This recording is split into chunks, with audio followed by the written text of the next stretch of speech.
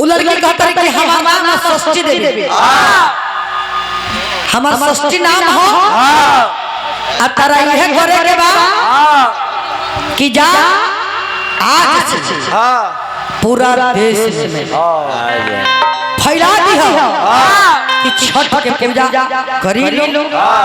छठ भूखी लो, जेकरा मनोकामना होई बेटा मांगी बेटा होई, बेटी मांगी बेटी होई, सब मनोकामना पूरा होई। वही जैसे लोग राजा बड़े प्रचार करले बड़े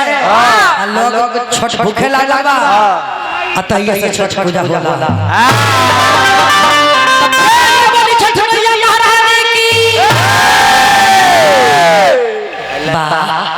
कहानी है तरीका वालों की कहानी तूफानी जी कहानी आएंगे ना बिंग बजाई अभी मत कोई नाना के रहे नानी के रहे कहानी के मतलब कि झलकक चाहिए बुझा प्रोजेक्टर चलता है यार चुटकुले को कहले बारे कौन चुटकुला पैसा ली बात में कौन होई पैसा तक डिस्टर्ब का कर लो मारा हम नानी फू वाला कहानी छोड़ दे लगे ना तो चंपारण बढ़ जाए लगे बहुत लाल यादव जी तारा कहानी पैसा देने बन तारा दागा नहीं बिगाड़ा तेरा हो 29 बाबा नाना के रहे फुआ के रहे वो नहीं पूछिया चुनी बुआ से छोटी बुआ से हां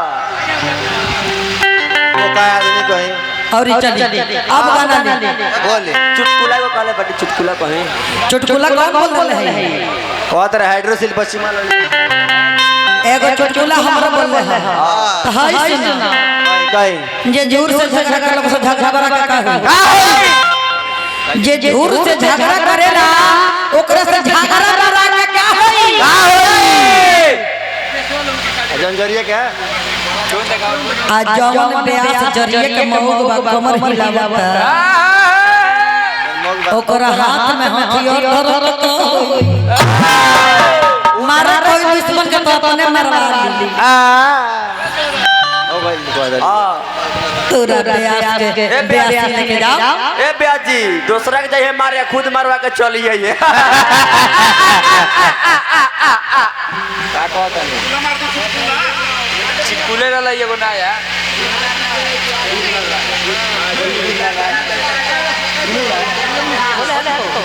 बुधलाल यादव ब्यास ना कहनी हो लेकिन बुधलाल यादव कहनी के पैसा मत कहनी हो हजारों हजार का आशीर्वाद दे भाई परसाल तो पैसा भी लेना एक और चुटकुला यहाँ के बोल रहा नहीं हां कहता है ट्रेन में ई है तूफान लाल यादव हां गाड़ी से प्रोग्राम करे जाता रहो कहां हम है ना झारखंड हां साटा हम हां रास्ता में एगो लड़की भेटाई लड़के कहते भैया मुझे बैठा लीजिए भैया बैठा लीजिए ना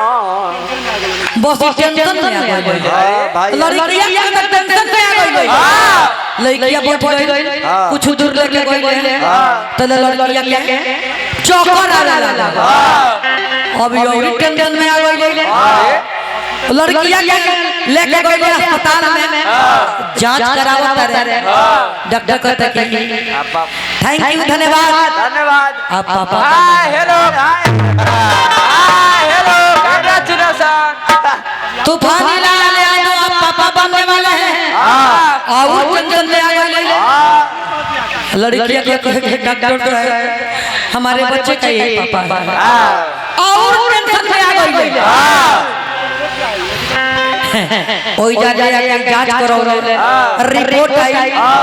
उस रिपोर्ट में आता है कि तूफानी लाल यादव कभी बाप नहीं सकते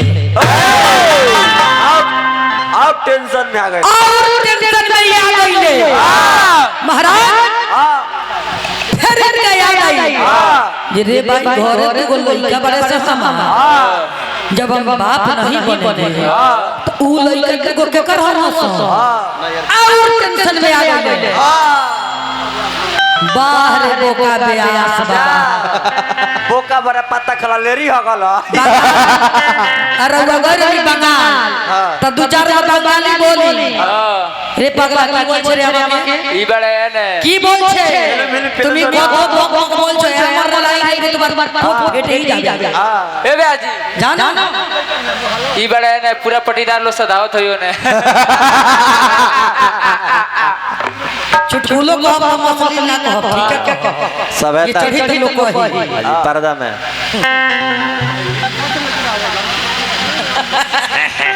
आइए कैसे कहेंगे